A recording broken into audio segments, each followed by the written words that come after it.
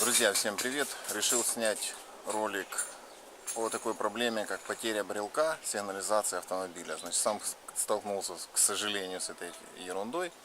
Был утерян брелок от автомобиля.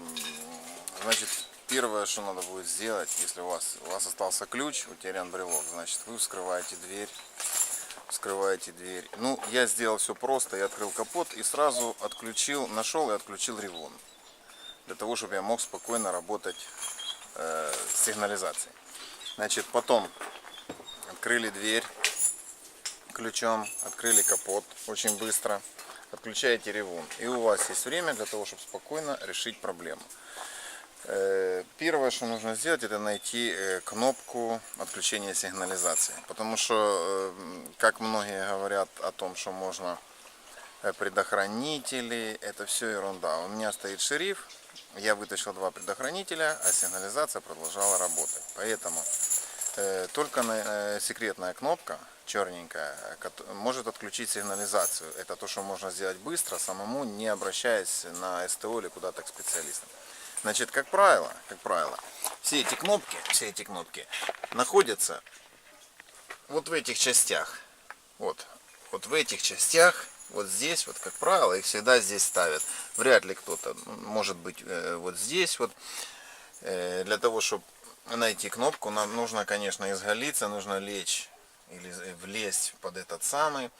Еще такая проблема, если вы покупали машину, там не все так просто, потому что нужно знать комбинацию. То есть, либо на первый поворот ключа нажимать кнопочку, либо на второй поворот нажимать ключа. Ну, то есть, нужно пробовать.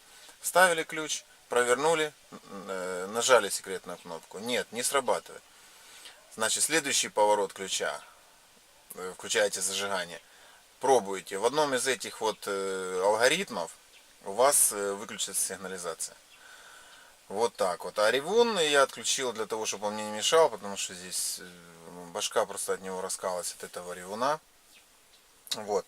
А кнопки, как правило, то есть я уже пообщался с друзьями, у всех, на хороших машинах, на всяких разных машинах, то есть кнопки в досягаемости руки.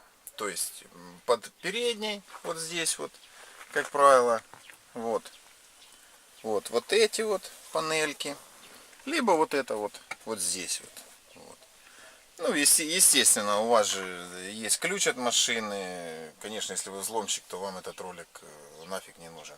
А если вы нормальный человек и вы потеряли брелок, у меня брелок был потерян. Ну так я открыл, у меня штатная сигнализация стоит на ключе. Я, конечно, пользуюсь. А так, теперь, конечно, нужно будет программировать, покупать пустой брелок и программировать. Но опять-таки нужен алгоритм программирования этой сигнализации. Вот так. Так что если вы покупаете автомобиль, то желательно, конечно, документы на сигнализацию в обязательном порядке спрашивать у хозяев автомобиля. Потому что потом проблемы с заменой сигнализации очень сложно и очень дорого это. Кому помог, ставьте лайки. Будем следующее видео